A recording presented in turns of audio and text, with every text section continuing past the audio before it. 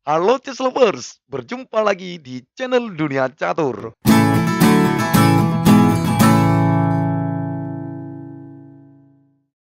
Pada video kali ini, kita akan membahas pengorbanan catur tergila yang pernah ada sepanjang sejarah dunia catur. Di permainan ini, pemain putih rela mengorbankan 7 perwiranya chess. Dan lebih hebatnya lagi, ia berhasil memenangkan permainan.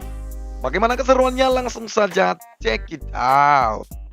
Bunga putih dimainkan oleh Gregory Serper, adalah Grandmaster catur dari Rusia.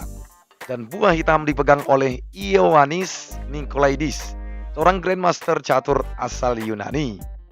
Permainan diawali dengan pion ke C4, pion G6, pion E4, gajah G7, pion D4, pion D6, kuda ke C3, kuda ke F6. Pembukaan seperti ini dinamakan King's Indian Defense dengan variasi Kramer. Untuk pembukaan ini agak kita percepat sedikit ya Ces, tanpa analisis, biar kita langsung masuk ke inti permainannya. Oke, kita lanjut. Kuda ke E2, kuda ke D7, kuda G3, pion ke C6, gajah E2, pion ke A6, gajah ke E3, pion ke H5, pion F3, pion B5. Lihat Ces, strategi opening sudah tersusun. Dan sekarang masuk ke babak middle game. Gregory pion ke C5 mengajak pertukaran. Pion kali pion, lalu pion kali pion. Menteri ke C7 dan Gregory rokade pendek. Pion maju menyerang kuda, kuda mundur ke H3. Kuda ke H5, menteri ke D2. Pion ke E5, kuda ke F2. Kuda ke F8, pion maju mengajak pertukaran. Pion menolak dan maju menyerang kuda. Nah, mulai dari sini Ces, Gregory mengorbankan perwira pertamanya. Kuda ke D5 menyerang menteri. Wow, jelas pion hitam ini pukul kuda ya Ces. Lalu pion kali pion. Lihat, Gregory tidak dapat kompensasi apa-apa dari pertukaran ini. Tapi secara perlahan, bunga putih menguasai petak tengah permainan. Perhatikan Ces, di sini kemungkinan langkah putih berikutnya adalah kuda maju ke petak E4, lalu ke D6 menyerang raja. Jadi Ioannis memajukan pionnya untuk mencegah kuda putih ini naik. Kemudian pion maju menyerang menteri. Menteri ke C6.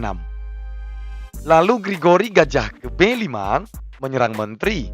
Wow, ini kali keduanya Gregory mengorbankan perwiranya. Lihat Ces, jelas pion hitam ini pukul gajah ya. Lalu pion kali pion menyerang menteri. Menteri ini sedang melindungi bentengnya. Seharusnya langkah terbaik hitam di sini adalah menteri ke B7 untuk tetap melindungi bentengnya. Tapi di sini Ioannis malah pukul pion Ces. Lalu Gregory jelas benteng kali benteng. Dan kemudian menteri balik lagi ke C6 menyerang benteng. Gregory benteng ke A1 memberi perlindungan. Ioannis pion maju menyerang gajah.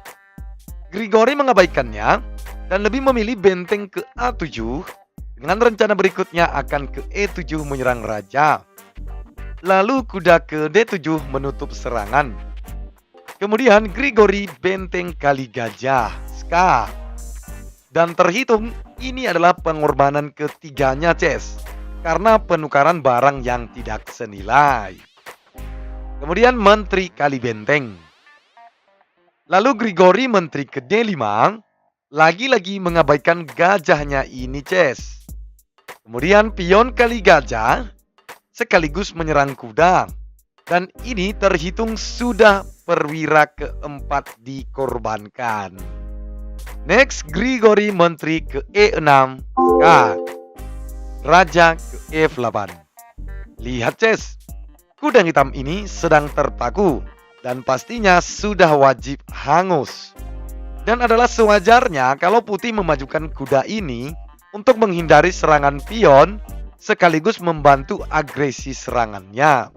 Tapi lagi-lagi Grigori malah mengabaikan kudanya ini dan lebih memilih benteng kali kuda ini, Ces. Lihat, jelas di sini Ioannis pion kali kuda, Ska.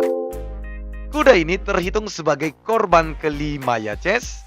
Nah, kemudian Raja ke F1.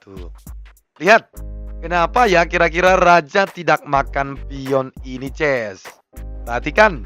Andai kata di sini Raja pukul pion, maka jelas ini adalah langkah blunder bagi pemain putih, Ces. Menteri ini langsung pukul pion, Ska, dan posisi ini mengubah keadaan jadinya. Raja putih terancam skakmat, Ces. Misalkan Raja ini ke E2, maka kuda hitam ini akan naik, Ska.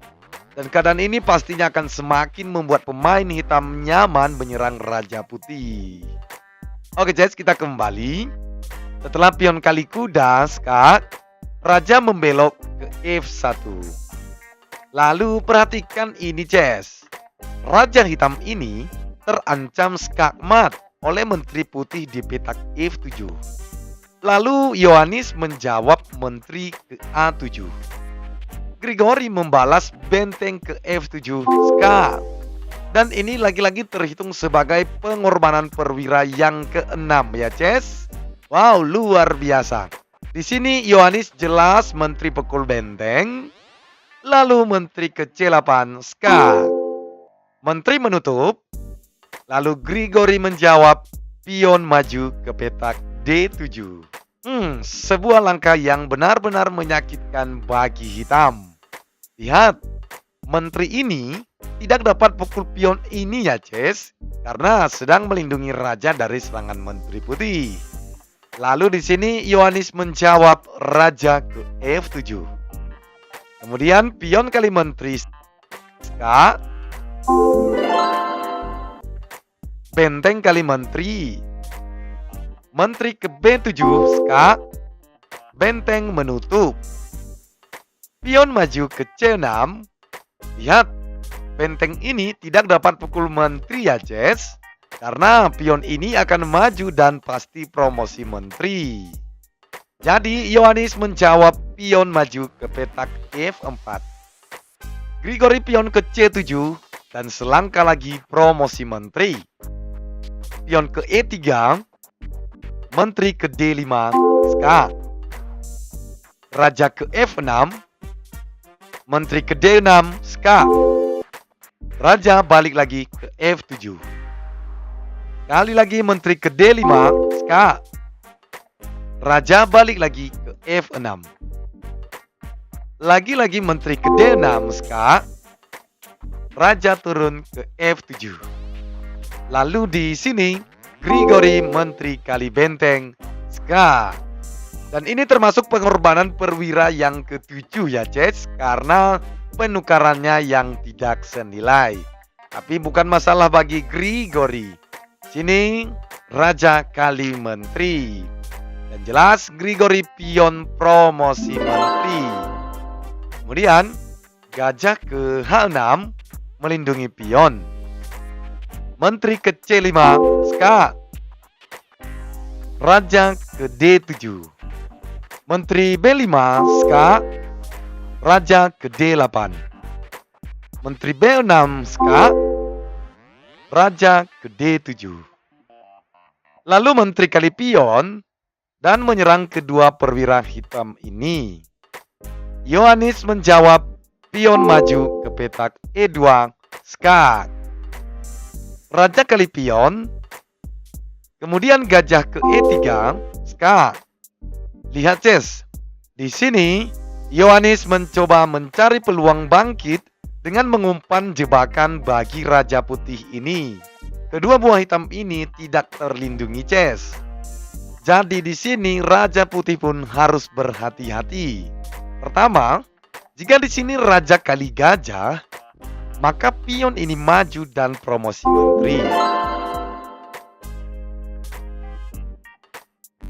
Dan kedua, jika di sini Raja Pukul Pion ini, maka kuda ini akan ke petak F4 sekaligus menyerang Menteri Putih, Ces. Nah, jadi di sini Grigori tidak memukul kedua buah hitam ini dan memilih raja ke petak E1. Dan sampai di langkah ini, Yohanes angkat tangan menyerah kalah. Jika permainan dilanjutkan, misalkan kuda ke F4 menyerang menteri, maka sia-sia saja karena menteri ini akan ke petak E4 dan menyerang ketiga buah hitam ini. Tidak ada lagi peluang menang bagi buah hitam. Jadi, Ces, sampai di sini kita sudah saksikan bagaimana Grandmaster Grigori Vesper mengorbankan sampai 7 perwiranya demi sebuah hasil kemenangan yang memuaskan.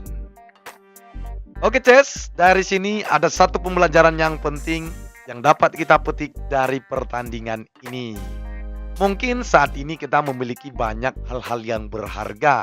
Mungkin itu uang yang berlimpah, mobil, rumah, atau harta lainnya. Namun ingat teman-teman, semuanya itu tidak diperlukan di hari penghakiman nantinya. Tapi kesemua benda berharga ini akan berarti bagi kita jika kita mengorbankannya untuk hal-hal kebaikan yang dapat menunjang kita untuk memperoleh kemenangan di akhirat nanti, yaitu hidup yang kekal sampai selama-lamanya dalam kerajaan surga. Amin. Oke, Ces, sampai di sini saja videonya ya. Sampai jumpa di video-video saya berikutnya. Salam gens, Unasumus.